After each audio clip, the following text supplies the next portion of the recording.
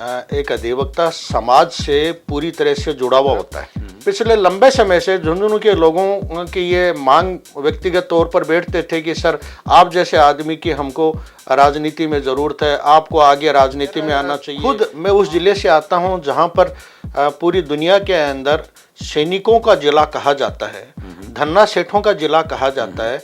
झुंझुनू जिले को शिक्षा नगरी के रूप में माना जाता है। शांति से और नियमों के तहत उस धारा को उन्होंने ऐसे विलुप्त कर दिया डायनासोर की तरह कि दूर दूर तक वो नजर नहीं आ रही। न मैं खाऊंगा न खाने दूंगा। नमस्कार दोस्तों, मेरा नाम अनिल शर्मा, आप राज समाचार देख रहे हैं। मेरे साथ एडवोकेट कहूं या भाजपा नेता या समाज सेवी एडवोकेट संजय महिला।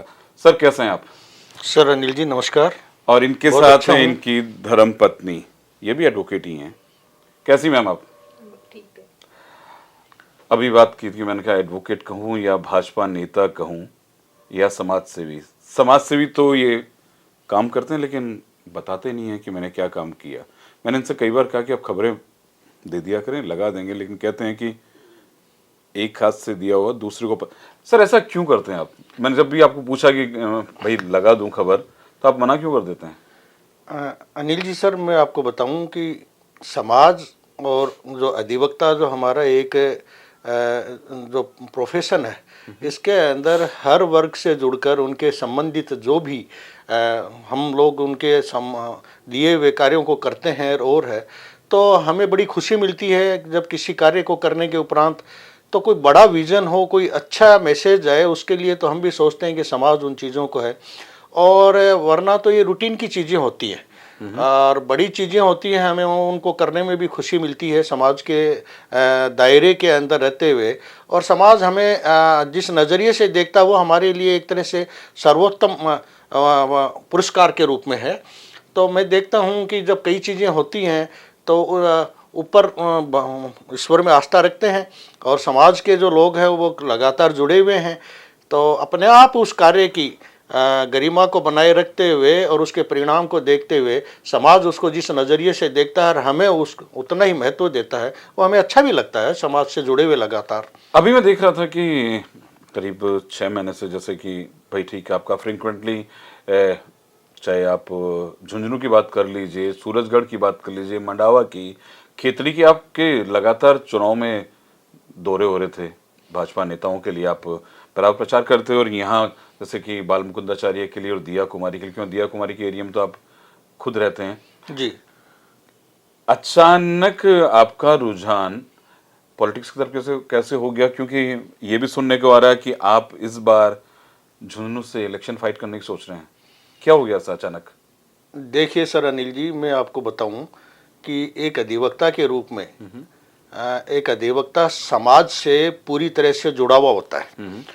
और मैं झुंझुनू जिले के अंदर, चूंकि मेरा गांव पास में ही है, खाजपुर, नया खाजपुर है, और स्कूलिंग वगैरह जयपुर की है। झुंझुनू में सरकारी स्कूल में भी मैं पढ़ा हूँ गांव की 5 क्लास तक। तो जब मैंने ये प्रोफेशन बहुत सोच समझ कर, और मेरा बचपन का ही ध्येय था कि मैं एक वकालत के प्रोफेशन से जुड़कर समाज से जुड़ूं।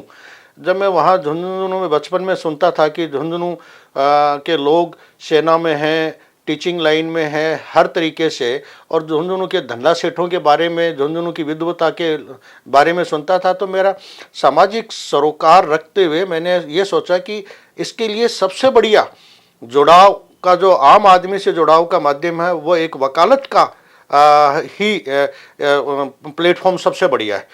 तो जब वकालत में मैं जब ये सोच कर आया तो मुझे बहुत अच्छा भी लगा, और मैं आम आदमी से जुड़ते हुए और उस मुकाम तक मुझे लोगों ने पहुंचाया जिसकी मैंने बचपन के अंदर जो सोच थी मेरी।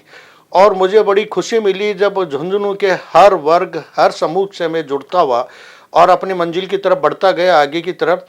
पिछले लंबे समय से झुंझुनू के लोगों की ये मांग व्यक्तिगत तौर पर बैठते थे कि सर आप जैसे आदमी की हमको राजनीति में ज़रूरत है, आपको आगे राजनीति में आना चाहिए।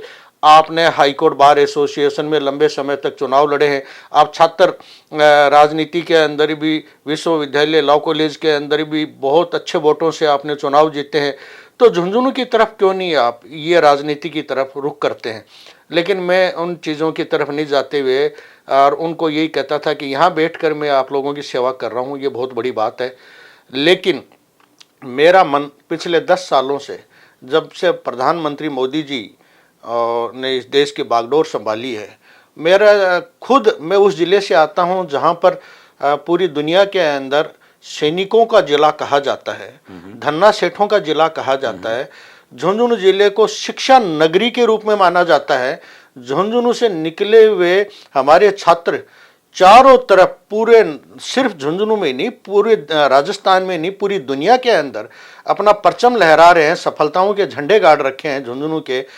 तो क्यों नहीं उन लोगों के, उनकी बातें और है, उनके सबको सुन के मेरा ये लगा कि इनकी बातों में कुछ न कुछ है। और जब मोदी जी जब आए तो मुझे इस बात की एक मन में टीस थी कि जम्मू कश्मीर को लेकर धारा 370 के लिए जब चारों तरफ सुनता था, चूंकि मैं एक कानून का से जुड़ा हुआ व्यक्ति हूँ, और जब कानून में ये पढ़ता हूँ कि फलाना कानून, फलानी धारा, ये सिर्फ जम्मू कश्मीर को छोड़कर सब जगह लागू है, तो ये एक अंदर से बड़ी अंदर से वो रहता था कि ये जम्मू कश्मीर जो भारत का अभिन्न अंग होते हुए भी और कानून की दृष्टि से देखा जाए तो अभिन्न अंग नहीं है। ऐसा क्यों है? क्या ऐसी क्या गलतियां हुई 1947 में हमारे नेताओं से कि इसको अलग करना पड़ा? तो मोदी जी जब आए और एक पर्टिकुलर कुछ विजन लेकर आए, और उन्होंने जो कहा नहीं, एक तो लोग कहते हैं, एक ये है कि लोग कहते हैं कोई नेता और कह के दिखाता है, तो मैं मोदी जी से बड़ा प्रभावित हुआ। धारा 370 जिस तरीके से उन्होंने कानूनी, एक तो होता है जबरदस्ती, एक होता कानूनी तरीके से, शांति से और नियमों के तहत उस धारा का उन्होंने ऐसे विलुप्त कर दिया डायनासोर की तरह कि दूर दूर तक वो नजर नहीं आ रही। वही जम्मू कश्मीर यहाँ पर है। हाँ, अभी सुप्रीम कोर्ट ने भी कह दिया ना कि माननीय सुप्रीम कोर्ट ने भी उनके फैसले को उचित ठहराया। आज अभी थोड़ी देर पहले आपसे चर्चा हो रही थी कि चिकित्सा क्षेत्र के अंदर ले लो या और विकास की दृष्टि से ले लो, आज आपने जोधपुर का भी भ्रमण किया, आपने कोटा का भी किया है, उसकी तुलना के अंदर क्या आप ये न्यायोचित पाते हो? ये आपकी नज़र में ठीक है कि झुंझुनू का क्या जो जिस दर से और जिस जो प्रगति होनी चाहिए थी जिस अनुपात में, क्या वो हुई है? बिल्कुल भी नहीं हुई। 1947 के दौरान अगर अपन ये सोचते हैं बैकफुट में भी जाएं, तो क्या हमारा उस वक्त का जो झुंझुनू था। एक बात है, अगर सेंट्रल की बात कर रहा हूं मैं, तो आपके दो एमपी रहे हैं जी, उनको भी कुछ करना चाहिए था। सर आपकी बात, उनको हमारे सेंट्रल के बिल्कुल दो एमपी रहे हैं, माननीय संतोष अहलावत जी, नरेंद्र जी खिंचड़ साहब। अब वो क्या परिस्थितियां रही, वो कितना कर पाए, कितना नहीं कर पाए, क्या कारण रहे, मैं उस पर तो मैं अधिक नहीं जाना चाहूँगा। लेकिन हाँ, आपका क्या विजन है? मेरा विजन जो है, मैं ये कहना चाह रहा हूँ कि 1947 में जब देश आज़ाद हुआ था, उसके बाद के अंदर भी हमारा झुंझुनू उस वक्त भी, जैसे भारत सोने की चिड़िया कहा जाता है, उस वक्त भी हमारा ये झुंझुनू बहुत विकसित था। उस परिप्रेक्ष्य में देखा जाए तो स्वयं महात्मा गांधी जी, बिड़ला जी के साथ कितने अच्छे कनेक्शन थे उनके।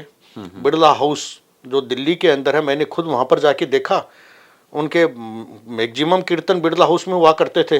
बिड़ला हाउस उस वक्त जब देख के गर्व महसूस हुआ कि 1947-48 के दौरान जब बिड़ला हाउस वहाँ पर था, तो बिड़ला हाउस तो झुंझुनू की तो है के, तो झुंझुनू इतना विकसित था, बिट्स इतनी विकसित थी। तो उसके बाद में आधुनिकता के साथ झुंझुनू का जो विकास होना चाहिए था, वो कतई नहीं हुआ, विकास नहीं हुआ। पानी को ले लो आप, हर घर के अंदर हमारा ये विजन होना चाहिए, जो मेरा विजन है कि झुंझुनू की जनता पानी के लिए तरसे। लोग तो चांद पर जा रहे हैं, वहाँ पानी को तलाश कर रहे हैं। हमारी जनता है वो वहाँ खेतों में पानी नहीं है। हमारे सैनिक हैं, जो ये कहा जा रहा था कि पहले की सरकारों के अंदर कि नहीं आप जम्मू कश्मीर के अंदर पत्थर खाएंगे क्योंकि वो भटके हुए हैं। क्या सैनिक इसलिए भर्ती होगा कि उनको पत्थर पड़े? क्या हमारी एजुकेशन के लिए हम संतुष्ट हैं कि जो विकास होना चाहिए था एजुकेशनल दृष्टि से वो हुआ? बिल्कुल भी नहीं हुआ। जो कंट्री के अंदर सबसे ज़्यादा सैनिक देता है, वो क्या वहाँ पर सैनिकों के लिए कोई एकेडमी या और है होनी चाहिए थी? नहीं। सड़कों की हालत अब पिछले ज़रूर 2-4 साल के अंदर मैंने देखा कि केंद्र सरकार ने वहाँ पर कुछ सड़कों का हाईवेज के रूप में ठीक किया, लेकिन आज भी गाँव की सड़कों को देखा जाए तो मैं उनसे भी बिल्कुल संतुष्ट नहीं हूँ। अभी हाल ही में मेरे पिछले 5-7 साल से लगातार फ्रिक्वेंटली दौरे हो रहे, वहाँ गौशालाओं के ऊपर हमारे सम्मेलन हो रहे हैं, बेटी बचाओ बेटी पढ़ाओ।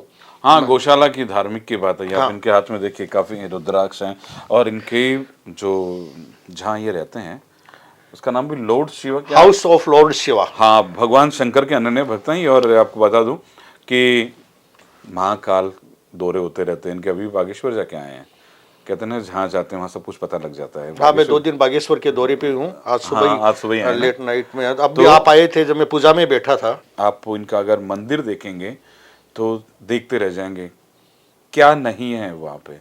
भगवान भोले का आशीर्वाद, हनुमान जी महाराज तो हमेशा है ही हैं साथ में, माता जी हैं जहाँ। हाँ, एक और बता दें कि ये जब से इन्होंने मकान बनाया है या पता नहीं कब से, एक अखंड ज्योत इनके घर में जलती रहती है। जैसे कहते हैं मंदिरों में, मेरी वाइफ स्टोरियाँ दिखाती है hinduasta.com पे कि मंदिरों में 400 साल से अखंड ज्योत जल रही है, लेकिन इनके मंदिर में अखंड ज्योत हमेशा। सर ये एकदम धार्मिक कब से हैं आप? ये अखंड ज्योत कब से हैं? सर अनिल जी, बचपन से ही जब गांव खाजपुर में रहते थे तो मेरी माता जी भगवान शिव की अनन्य भक्त हैं। तो सोमवार के दिन वो हमको कहती थी कि शंकर जी को जल चढ़ाओ। हाँ, शंकर जी को जल चढ़ाओ और शंकर जी का ये व्रत कथा है, हमको मेरे को सुनाओ। तो बचपन के अंदर उस कथा को करते करते फिर शंकर जी की महिमा अपने आप ही अंदर से हुई कि शंकर इस संसार में अगर कोई सर्वशक्तिमान शक्ति है आदिदेव तो महादेव आदिदेव महादेव ही हैं। और मैं अगर ये कहूँ आपको तो मेरी भक्ति नहीं बोल रही, मैंने शिव को बहुत नज़दीक से अंदर से पहचाना है। मुझे लगता है कि शिव मेरे बिना नहीं है, मैं शिव के बिना नहीं हूँ। मेरी भक्ति जो अंदर से है, मैंने बहुत ऐसे खुली आंखों से शिव के है ना कृपा देखी है। और ये होते होते मैंने बचपन में सपना देखा कि इतना भगवान शिव की कृपा से शिव ही मेरे लिए मकान बनाएंगे, उस मकान में शिव का भी आवास होगा। तो करते करते जब मकान का मैंने सोमवार के दिन ही, जिसको कहते हैं कि नींव रखी और पहली छत भी सोमवार के दिन ही, उसके बाद में भगवान शिव का मैंने उनको कहा कि जिस भी रूप में आओ। माता पार्वती ने जब उनको कहा कि भाई आप बारात लेकर आओ तो एक मनमोहक रूप में आना, तो मैंने भी उनको कहा कि मेरे घर के अंदर जब आप विराजो तो ऐसे रूप में आओ कि दुनिया देखती रह जाए। तो आपने जैसे अभी देखा कितने मनमोहक छवि है शिव की, सामने से हटने का नाम ही नहीं लेता। और मैंने यहाँ पर वो इनके चमत्कार देखता हूँ डेली की डेली। शायद मैं बताने लगूँ तो मुझे 1 या 2 दिन लगे। महान कृपा है देवादिदेव महादेव की। अभी मैं बागेश्वर जाके आया हूँ और लगभग ज्योतिर्लिंगों पे जब भी मुझे थोड़ा टाइम मिलता है, मेरे लिए 1 या 2 दिन बड़ा मुश्किल से मिलता है, तो मैं शिव की शरण में जाता हूँ। और मुझे बड़ा आनंद मिलता है कि भगवान शिव के सामने बैठकर जब मैं उनको देखता हूँ, वो मुझे देखते हैं, तो मैं उस भक्ति में लीन होकर मुझे बहुत अच्छा लगता है, सही बताऊँ। और झुंझुनू के अंदर भी, हालांकि अपना शेखावाटी इलाका है, सालासर बालाजी धाम भी है, शाकंभरी माता भी है। हाँ, सही देखें जाए तो शेखावाटी है। हाँ, तो अब वहाँ भी मंदिरों का विकास जिस तरीके से हो रहा है, वहाँ पर अच्छी बात है। मुझे बड़ा अच्छा लगा कि वहाँ पे अब सर फिर अचानक आपका मन मतलब कैसे हुआ कि मुझे एमपी का चुनाव लड़ना? हाँ, अभी थोड़ी देर पहले अपन उस पे थे, वापस आता हूँ। हाँ। तो लंबे समय से लोगों की मांग तो थी, और मैं चूंकि उस झुंझुनू का ही तो हूँ, और यहाँ मैक्सिमम लोगों का फ्रिक्वेंटली मेरे पास आना जाना रहता है, और मैं भी वहाँ फ्रिक्वेंटली आना जाना रहता है। तो झुंझुनू की तो वहाँ के रहने वाले तो फिर भी एक लिमिटेड, एक गाँव का कोई निवासी है, वो उस गांव तक सीमित है। लेकिन मैं तो, मेरे पास जो आ रहे हैं, मैं जब जाता हूं तो पूरे गांव को ही बजाय पूरे झुंझुनू जिले को ही एक गांव मान के, और ये देखता हूं कि यहाँ पर क्या क्या कमी है। हर आदमी की अपनी अपनी पीड़ा है, नवलगढ़ से शुरू लेके और पिलानी के लास्ट बॉर्डर तक, इधर खेतड़ी के लास्ट बॉर्डर तक, इधर फतेहपुर तक, बहुत कुछ है। मैंने देखा कि माइनॉरिटी के अंदर, अब पूर्व की सरकारों ने क्या किया क्या नहीं किया, मैं उस पर कमेंट्स नहीं करना चाह रहा, लेकिन माइनॉरिटी के अंदर शिक्षा का इतना अभाव रहा है। आम अदर क्लासेज के अंदर भी जो शिक्षा एकदम से आगे जानी चाहिए थी और उनको जो मिलनी चाहिए थी वो ऐसे नहीं हुआ। झुंझुनू के अंदर चिकित्सा का जो जितना स्कोप बढ़ना चाहिए था, एम्स वगैरह, मैंने कोटा का नाम लिया अभी, आपको जोधपुर का लिया, शानदार हॉस्पिटल्स बहुत हैं। इतने हॉस्पिटल्स हैं, वहाँ आपको लगेगा कि आप कहाँ पर आ गए। मैं सुनता था, मैंने बारीकी से उन दोनों जिलों को देखा, तो उसकी तुलना के अंदर तो मैं अगर बुरा नहीं, मुझे बहुत बुरा लगता है जब लोग कहते हैं यहाँ पर भी कि झुंझुनू आज भी पिलानी के नाम से फिर भी जाना जाता है। झुंझुनू के अंदर रानी सती मंदिर या और है कुछ मामलों में, या अपने मित्तल साहब हैं जो लक्ष्मीपति मित्तल हैं, शेखावटी के ही हैं, उन्होंने पूरी दुनिया के अंदर नाम कमाया है। झुंझुनू के लोगों के अंदर बहुत तमन्ना आगे बढ़ने की, बॉर्डर पर बैठे हैं। आज ये देश सुरक्षित है तो उसके अंदर बॉर्डर के ऊपर बैठे हुए हम रात को जब चैन की नींद सोते हैं तो हमारे सैनिक हमारे लिए क्या यानी कुछ अपने नहीं झुंझुनू करते। वालों का हाथ है। हाँ हाँ हाथ है। तो लेकिन ऑन द सेम कॉन्ट्रेरी अपन उसके दूसरे परिप्रेक्ष्य में देखें तो झुंझुनू का जो विकास वो कतई नहीं है, बिल्कुल भी नहीं है। आज झुंझुनू आधुनिकता के दौर के अंदर जितना आगे बढ़ना चाहिए था वो कोटा, उदयपुर, जोधपुर की तुलना में नगण्य है, मेरी ये मान। महिला जी को तकलीफ है और कि महिला जी को तकलीफ है कि झुंझुनू का जो विकास होना चाहिए था वो नहीं हुआ है। देखिए, ये अपने नेताओं की बुराई नहीं करेंगे, दो एमपी रह चुके हैं, अभी हैं एक नरेंद्र जी कीचड़ हैं, पहले संतोष जी अहलावत रह चुकी हैं। ये क्योंकि देखो भाजपा के हैं तो अपने नेताओं की बुराई नहीं, कहा कि मैं उनके बारे में नहीं कहना चाहता कुछ भी, लेकिन सच्चाई है कि केंद्र सरकार से ये लोग झुंझुनू के लिए कुछ भी नहीं ला सके। अगर बिल्कुल सर, अब झुंझुनू पूरे राजस्थान के अंदर सर आपको अच्छी तरह पता है बड़ी लाइन के लिए तरस गया था। पूरे कंट्री के अंदर इतना आगे बढ़ने के बावजूद पूरा राजस्थान के सबसे अंदर, लास्ट में आई है। सबसे लास्ट के अंदर बड़ी लाइनें आई हैं। आज भी जंक्शन के लिए तरस रहा है झुंझुनू। झुंझुनू के सड़कें पिछले 2 साल 4 साल पहले तक यानी जाके आपकी ठीक हुई इच्छा है हैं। कि जंक्शन बनना चाहिए? जंक्शन बनना चाहिए, रेलवे के इतने अच्छे साधन होना चाहिए, दिल्ली इतनी नजदीक है। मैं मोदी जी के विजन को और उनको फॉलो करते हुए झुंझुनू के तमाम वर्गों, जिसको मैं एक समाज के रूप में मानता हूं, मैं किसी जाति विशेष को कतई नहीं मानता हूं, मेरे लिए सारा झुंझुनू एक है, एक परिवार की तरह।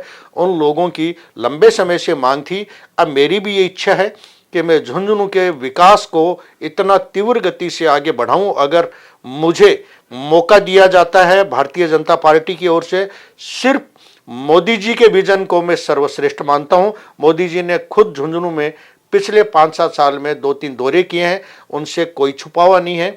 और मैं चाहता हूं कि अगर मोदी जी मुझे मौका देते हैं तो झुंझुनू की, मैं कुछ पर्टिकुलर सिर्फ संसद सदस्य बनकर बैठने के लिए नहीं जाना चाहता, मैं झुंझुनू को उस मुकाम पर देखना चाहता हूं, रोजगार की दृष्टि से, पानी की दृष्टि से। आप खेलों के अंदर, हम जब एशियाड होते हैं, ओलंपिक होते हैं, तो आप तालियां बजाते हैं कि हरियाणा के फलाने बॉक्सर ने, हरियाणा के फलाने कुश्ती के अंदर ये स्वर्ण मिले, सारा हरियाणा एक छोटा सा, और वो पूरी दुनिया के अंदर झंडे गाड़ता है। और हमारा झुंझुनू, हम खेलों के अंदर भी इतने, मतलब इतने खिलाड़ियों की कमी नहीं है, खजाना झुंझुनू में, बात है उसको तराशने की। क्यों नहीं तराश पाए? आज 70 साल से लेके पहले एक सरकार हुआ करती थी, उसके बाद के अंदर अब झुंझुनू चेंज होने की है, लेकिन झुंझुनू को एक अच्छे नायक की तरह एक अच्छा सांसद मिले। केंद्र सरकार की तरफ से कोई बजट की कमी नहीं है, केंद्र सरकार भी चाहती है कि ये आगे बढ़े, क्योंकि झुंझुनू का नाम है शैक्षणिक दृष्टि से भी। इनका महिला जी, भैया जो आदमी जहाँ का होता है वहाँ अगर कुछ नहीं होता है तो ये दिल में दर्द सा उठता है। तो इनके पास कहने को बहुत कुछ है लेकिन अपने पास टाइम बहुत कम है, काफ़ी टाइम हो गया है। महिला जी से बाद में बात करेंगे। तो सर आपने हमसे बात की, बहुत अच्छा लगा। नमस्कार। नमस्कार।